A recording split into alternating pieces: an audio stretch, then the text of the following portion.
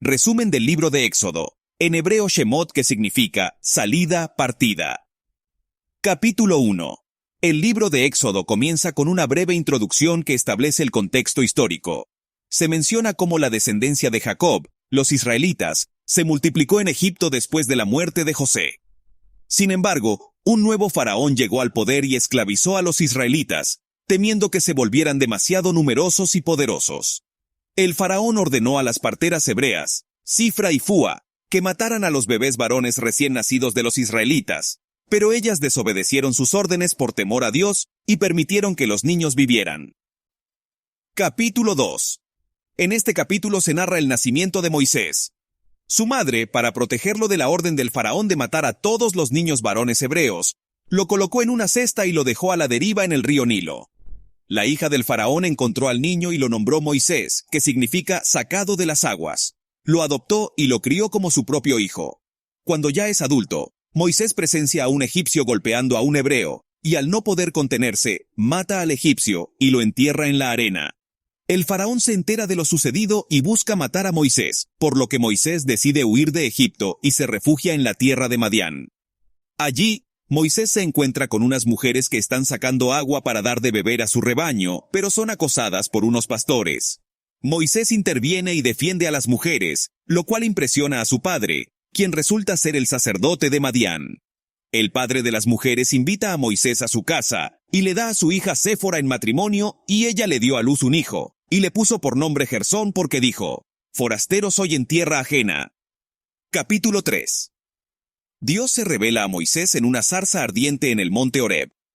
Dios le encomienda a Moisés que vaya al faraón y le pida la liberación de los israelitas de la esclavitud en Egipto. Moisés duda de su capacidad, pero Dios le asegura que estará con él. Capítulo 4. Moisés presenta objeciones a su misión y pide señales milagrosas para demostrar su autoridad ante el faraón. Dios le concede 3 señales: convertir su vara en una serpiente, volver su mano leprosa y convertir el agua del Nilo en sangre. Aún así, Moisés sigue siendo reacio a aceptar su llamado. Sin embargo, Moisés tomó su mujer y sus hijos, y volvió a tierra de Egipto. En el camino, Jehová le salió al encuentro, y quiso matarlo. Entonces Séfora cortó el prepucio de su hijo para salvar a su marido. Finalmente, Moisés y Aarón llegan a Egipto y se presentan ante los líderes y el pueblo de Israel. Moisés realiza los milagros que Dios le ha enseñado. Capítulo 5. Moisés y Aarón se presentan ante el faraón y le piden que deje salir al pueblo de Israel para celebrar una fiesta en el desierto. El faraón se niega y aumenta la carga de trabajo de los israelitas, lo que provoca que estos se quejen contra Moisés y Aarón. Capítulo 6. Dios le asegura a Moisés que cumplirá sus promesas y que liberará a los israelitas de la esclavitud. Se mencionan los nombres de los líderes tribales y se reafirma el papel de Moisés y Aarón como portavoces de Dios. Capítulo 7. Moisés y Aarón se enfrentan al faraón y le advierten de las plagas que Dios enviará si no libera a los israelitas. Dios convierte el agua del Nilo en sangre, pero el faraón se mantiene obstinado y no cede. Capítulo 8. Se suceden varias plagas en Egipto: las ranas, los piojos y los tábanos, moscas. A pesar de las molestias causadas por las plagas, el faraón sigue negándose a dejar salir al pueblo de Israel. Capítulo 9. Dios envía más plagas sobre Egipto: la peste de los animales, las úlceras en los hombres y los animales, y el granizo mezclado con fuego. Aunque algunos funcionarios egipcios advierten al faraón de la inminente destrucción, él continúa resistiéndose. Capítulo 10. Dios envía la plaga de langostas, que devora todas las plantas verdes en Egipto. A pesar de ello, el faraón se niega a liberar a los israelitas. Le siguen la plaga de la oscuridad y la advertencia final de Dios sobre la plaga de la muerte de los primogénitos. Capítulo 11. Dios le dice a Moisés que habrá una plaga final en la cual todos los primogénitos de Egipto morirán. También se menciona cómo los israelitas piden prestado a sus vecinos joyas de oro y plata, preparándose para la salida de Egipto. Capítulo 12. Dios indica que el mes de la Pascua será el primer mes del año para los israelitas. El día 10 de ese mes, cada familia debe seleccionar un cordero o cabrito sin defecto y mantenerlo separado hasta el día 14. Luego, al atardecer del día 14, deben sacrificar el animal y rociar su sangre en los marcos y el dintel de las puertas de sus casas. Los israelitas deben asar el cordero entero al fuego y comerlo junto con pan sin levadura y hierbas amargas. No deben comerlo crudo ni hervido, y deben quemar lo que quede del cordero al fuego. Además, Dios establece que, durante 7 días, desde el día 14 hasta el 21 del mes, los israelitas deben comer pan sin levadura y abstenerse de tener levadura en sus casas. Esta fiesta de los panes sin levadura también se convertirá en una celebración anual. Dios advierte que esa noche ejecutará un juicio sobre todos los dioses de Egipto, y que la sangre en los marcos de las puertas será una señal para que pase de largo y no permita que el destructor entre en las casas de los israelitas. Moisés y Aarón transmiten estas instrucciones al pueblo de Israel, y todos los israelitas obedecen y hacen todo según lo que Dios les ha ordenado. Esa noche, la 10ª plaga azota a Egipto, y todos los primogénitos, tanto de humanos como de animales, mueren, excepto aquellos que tienen la sangre en los marcos de sus puertas. Finalmente, el faraón, afligido por la muerte de su propio hijo primogénito y la destrucción en Egipto, ordena a Moisés y a Aarón que saquen al pueblo de Israel de la tierra y los liberen de la esclavitud. Este capítulo es crucial, ya que marca el comienzo de la liberación del pueblo de Israel y establece la institución de la Pascua como una festividad central en su historia y tradiciones. Además, revela la obediencia del pueblo y la intervención de Dios en el cumplimiento de sus promesas de liberación.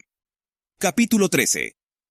Dios instruye a los israelitas sobre la consagración de los primogénitos y la observancia continua de la fiesta de los panes sin levadura. También guía al pueblo a través del desierto en una columna de nube durante el día y una columna de fuego durante la noche. Capítulo 14. El faraón se arrepiente de haber dejado salir a los israelitas y los persigue con su ejército. Los israelitas se encuentran atrapados entre el Mar Rojo y el ejército egipcio. Dios abre un camino en medio del mar y los israelitas pasan en seco, pero el ejército del faraón es aniquilado por las aguas que vuelven a su curso. Capítulo 15. Moisés y los israelitas entonan un himno de alabanza y gratitud a Dios por su liberación. El canto, conocido como el Cántico de Moisés o el Cántico del María, celebra la grandeza y el poder de Dios. Moisés guía al pueblo hacia el desierto de Shur, donde caminan durante 3 días sin encontrar agua. Finalmente, llegan a Mara, pero el agua allí es amarga y no apta para beber. El pueblo se queja a Moisés, quien clama a Dios en busca de ayuda. Dios muestra a Moisés un árbol que, al arrojarlo al agua, la hace dulce y potable. A continuación, los israelitas llegan a Elim, donde encuentran 12 fuentes de agua y 70 palmeras, lo que les brinda abundancia y alivio después de sus dificultades anteriores. Capítulo 16. Los israelitas llegan al desierto de Sin y comienzan a quejarse por la falta de comida. Dios provee maná, un pan celestial, y les instruye sobre cómo recogerlo y utilizarlo como alimento diario. Capítulo 17. Los israelitas llegan a Refidim, y una vez más, se quedan sin agua. Dios instruye a Moisés a golpear una roca para que fluya agua. Luego, los amalecitas atacan a los israelitas, pero Josué lidera a las tropas en la batalla mientras Moisés levanta sus manos en oración. Los israelitas obtienen la victoria. Capítulo 18. Jetro decide ir a encontrarse con Moisés en el desierto, llevando consigo a la esposa de Moisés, Séfora, y sus 2 hijos, Gersón y Eliezer. Jetro aconseja a Moisés sobre cómo organizar y delegar responsabilidades para el gobierno del pueblo. Moisés sigue su consejo y establece líderes y jueces para ayudarlo en el manejo de los asuntos del pueblo. Capítulo 19. Los israelitas llegan al monte Sinaí y Dios se revela a Moisés. Dios establece un pacto con los israelitas, haciéndolos su pueblo especial y prometiéndoles bendiciones si obedecen sus mandamientos. Capítulo 20. Dios entrega los 10 mandamientos a través de Moisés. Estos mandamientos son los siguientes. No tendrás otros dioses delante de mí. No te harás imagen tallada ni ninguna semejanza de lo que haya arriba en el cielo, ni abajo en la tierra, ni en las aguas debajo de la tierra. No tomarás el nombre del Señor tu Dios en vano. Recuerda el día de reposo para santificarlo. Honra a tu padre y a tu madre. No matarás. No cometerás adulterio. No robarás. No darás falso testimonio contra tu prójimo. No codiciarás la casa de tu prójimo, ni su mujer, ni su siervo, ni su criada, ni su buey, ni su asno, ni cosa alguna que le pertenezca. Después de escuchar los mandamientos, el pueblo de Israel queda aterrorizado y le pide a Moisés que hable con Dios en su lugar, ya que temen que, si Dios les sigue hablando directamente, puedan morir. Moisés les asegura que no deben temer y que Dios está probándolos para que teman y no pequen. Capítulo 21. Este capítulo contiene una serie de leyes y regulaciones sobre la esclavitud, el trato justo hacia los siervos, la responsabilidad por daños y otros asuntos legales. Capítulo 22. Aquí se detallan diversas leyes relacionadas con el robo, el daño a la propiedad ajena, el préstamo de dinero, la protección de los derechos de las viudas y los huérfanos, entre otros temas. Capítulo 23. Dios establece leyes relacionadas con la justicia social, la adoración y la protección de la tierra prometida. Se incluyen instrucciones sobre la adoración correcta, las festividades anuales y las prácticas agrícolas. Capítulo 24. Moisés sube al monte Sinaí nuevamente y presenta al pueblo los mandamientos y leyes que Dios le ha dado. El pueblo acepta obedecer todas las palabras de Dios y se realiza una ceremonia de ratificación del pacto. Capítulo 25. Dios le da a Moisés instrucciones detalladas sobre cómo construir el tabernáculo, el lugar de adoración portátil que estará en medio del campamento de los israelitas. También se mencionan los muebles y utensilios sagrados que se utilizarán en el tabernáculo. Capítulo 26. En este capítulo se describen los detalles de la construcción del tabernáculo, incluyendo las cortinas, los marcos, los ganchos y otros elementos arquitectónicos. Capítulo 27. Aquí se detallan las instrucciones para la construcción del altar de bronce, el atrio del tabernáculo y el aceite para el candelabro. Capítulo 28.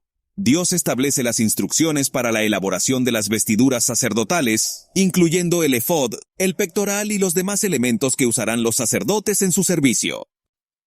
Capítulo 29. Se establecen las instrucciones para la consagración de los sacerdotes, incluyendo el proceso de purificación, la ofrenda de sacrificios y la unción con aceite. Capítulo 30. Aquí se describen los detalles del altar del incienso, el lavacro de bronce y la ofrenda del dinero del rescate. Capítulo 31. Dios nombra a Bezaleel y a Oholiab como los principales artesanos y constructores del tabernáculo.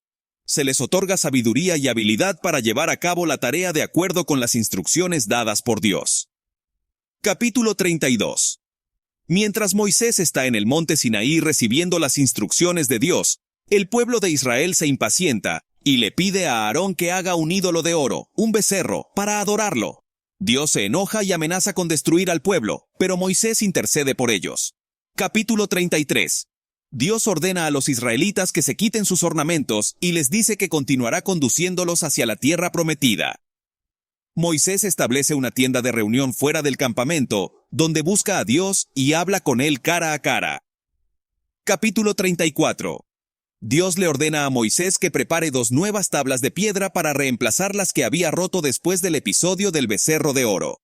Moisés sube al monte Sinaí nuevamente, y Dios proclama su nombre y sus atributos.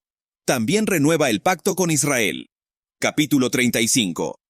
Moisés convoca a los israelitas y les recuerda la importancia de observar el día de reposo y contribuir con generosidad para la construcción del tabernáculo. El pueblo responde con entusiasmo y trae ofrendas para la obra. Capítulo 36. Bezaleel y Aholiab, junto con otros artesanos, comienzan a trabajar en la construcción del tabernáculo. El pueblo continúa trayendo ofrendas y materiales para la obra. Capítulo 37. Se describen los detalles de la construcción del arca del testimonio, la mesa de los panes de la proposición, el candelabro de oro y el altar del incienso. Capítulo 38. Aquí se describen los detalles de la construcción del altar de bronce, el lavacro de bronce y el atrio del tabernáculo. Capítulo 39. Bezaleel y Aholiab completan la confección de las vestiduras sacerdotales y los utensilios sagrados según las instrucciones dadas por Dios. Capítulo 40. Moisés erige el tabernáculo y lo consagra junto con los sacerdotes. La gloria de Dios llena el tabernáculo y una nube lo cubre, indicando su presencia.